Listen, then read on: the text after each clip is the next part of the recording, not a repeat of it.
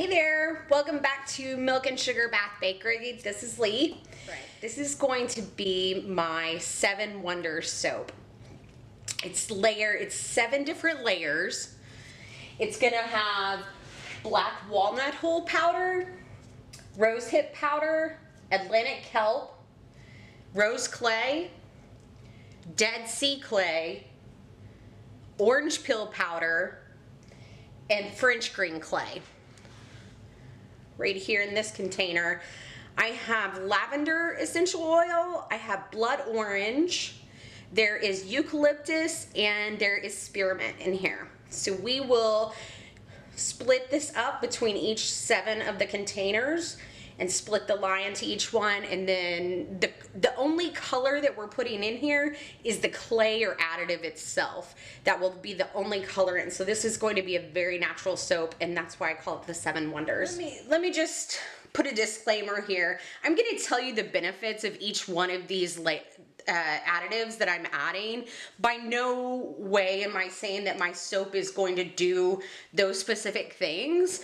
I just want to call out what these additives are great for. I don't want to make any particular claims about my soap. Our first layer, the bottom layer, is going to be colored and infused with walnut hull powder. This powder, it's really good for inflammation, it's antifungal, it helps to treat eczema. We are going to add 1 tablespoon of walnut hull powder. This is going to naturally color our soap a dark brown. And we're also going to add in our essential oil.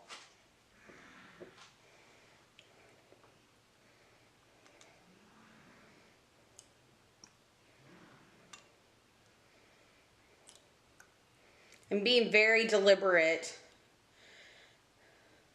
and trying to split everything absolutely perfectly. We're going to blend this in. Before we put our lye in, we're going to blend it.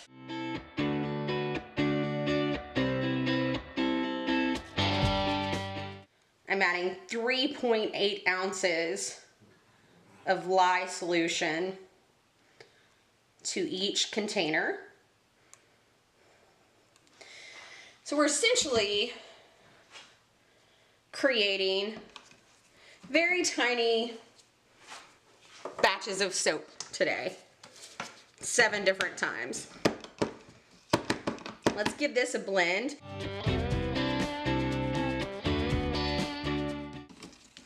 And we quickly came to a light trace. See how brown this is from the walnut hull powder? There's a lot of natural additives that you can add to your soap to color them.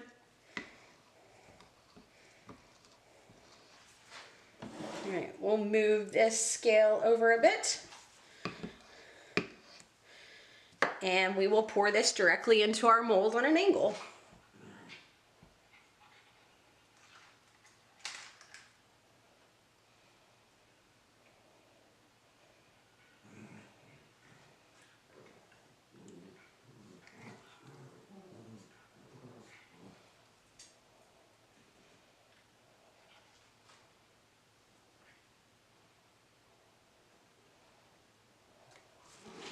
Cool.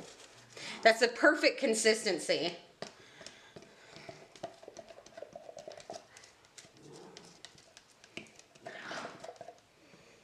If you can hear puppies in the far background, I apologize. They are playing. We have a 11-year-old Yorkie named Jill, and just a few weeks ago, we got a new little guy. His name is Chip, and he's a Yorkie poo. They have recently just become very fast friends, which is fantastic. All right, we're gonna let this sit before we even think about spinning the mold the other way, and I will bring you back for the second layer. I am back. It's been about 15 minutes. You can see that I've flipped the mold. The brown that we just poured with the walnut hull is on the other side, so I've turned the mold around and angled it back up. The next color and layer that we do is going to be angled the opposite direction, so it'll kind of go in like a V. And my hope is that once I get these bottom two, is that the V's will start going on top of each other. We shall see. I've never done this. Here's my second little cup of soap. This is all my oils. I have already added my fragrance. The next layer is going to be Rosehip powder. This has high levels of vitamin C. It also has vitamin E, A, and D. Let's do 1 tablespoon of this.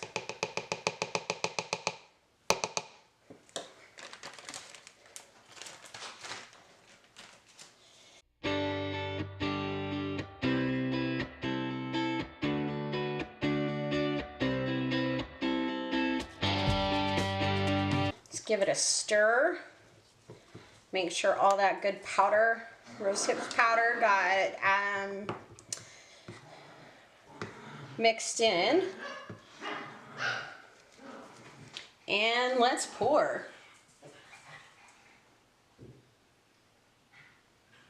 Kind of a brown tan color, isn't it?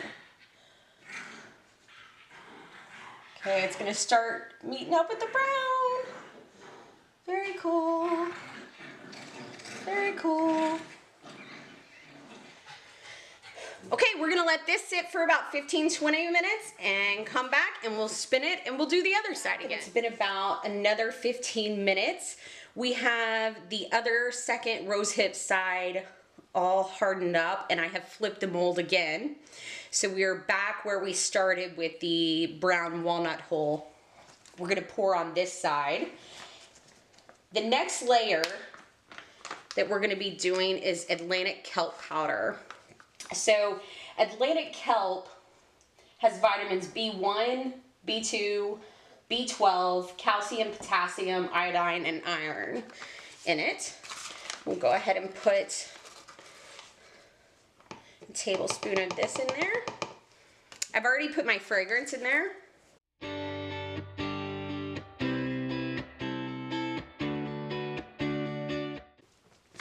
When you're working with Atlantic kelp, it tends to have an odor, as you can probably imagine. Now, when you are first using it in soap, you're definitely gonna smell that. And then as the soap saphonifies, that fragrance oil that we've got in there is gonna take over. And that kelp scent will fade a bit. We're gonna take our spatula. This side has been hardening for about 30 minutes, but we don't want to break that soap just in case there's any sort of softness on top there.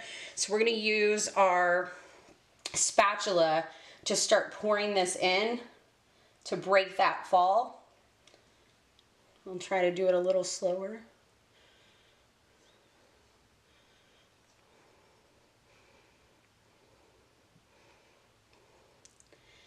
Okay, this is doing exactly what I wanted it to do. So you can see that we've covered the brown walnut layer, but we've slightly gone over the rosehip layer. That's exactly what I was looking for with this geometric design. I will get the rest of the soap in. We'll wait about 15 minutes. We'll spin the mold and I will bring you right back. It's time for the fourth layer, which is going to be rose clay. Rose clay is extremely good for sensitive skin, and it also helps to reduce skin irritation and inflammation. And it's a beautiful color.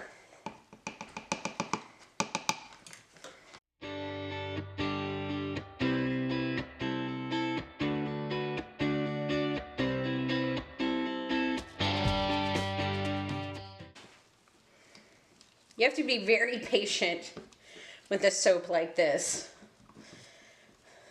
It's definitely not one of those where you mix up the whole batch and pour it all in and wait for 24 hours. Right. Again, we've flipped the mold. We're gonna pour on this rosehip layer, and it's gonna kind of go over this Atlantic kelp layer a little bit. We will use our spatula to help break the fall like we did last time.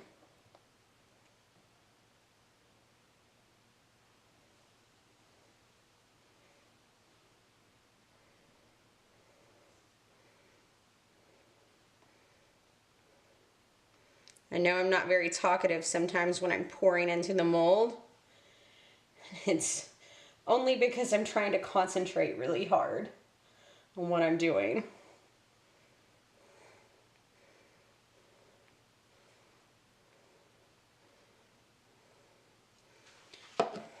Right. I'm going to get the rest of this out of here. We'll get it into the mold. You know the drill. We're going to bring you back in 15 minutes for layer number 5. Next layer will be orange peel powder. Orange peel powder has vitamin C, folic acid, vitamin B1, and beta carotene in it.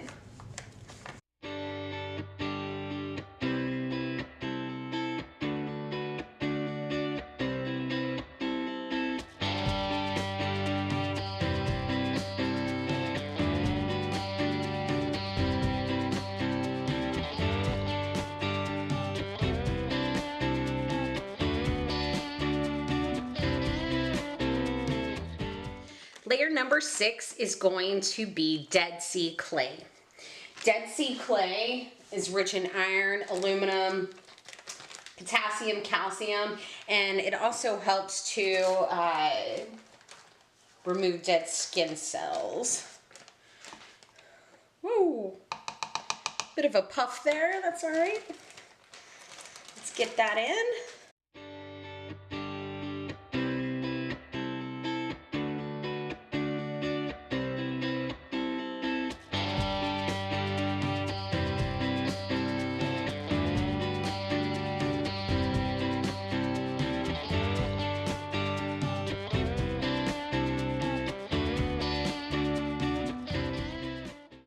It is time for the very last layer. I've taken the book off the mold and put the mold flat on the countertop. The last layer that we have is French green clay. I've added my fragrance in. We will add this in. I love to use this. I have a facial soap that I also use as a shampoo bar that is made with French green clay, and it is fantastic.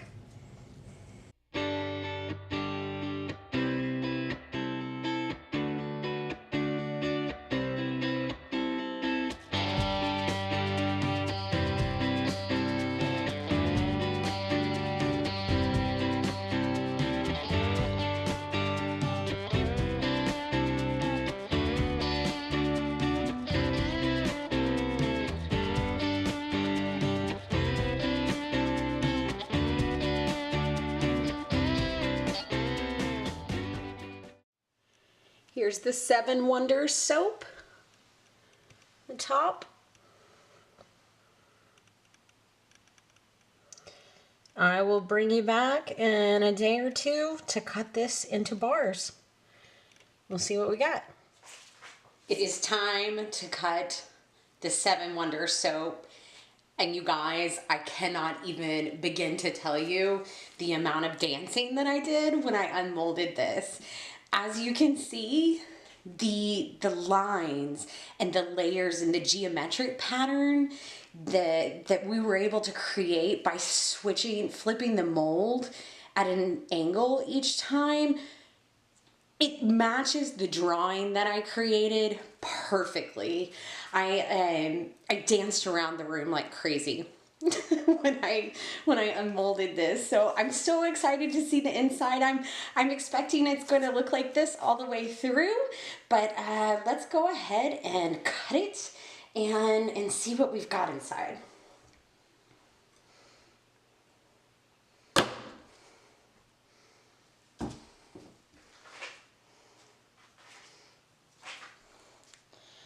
Looks awesome. So you can see right down here, you see that outer edge?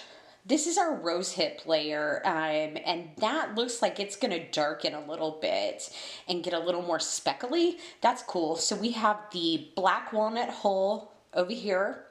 This is the rosehip. This is the rose clay. This is the Atlantic kelp. This is our orange peel powder. This is our Dead Sea clay, and up top here we have the French green clay. And the top turned out really cool with the fork texture and the sea salt.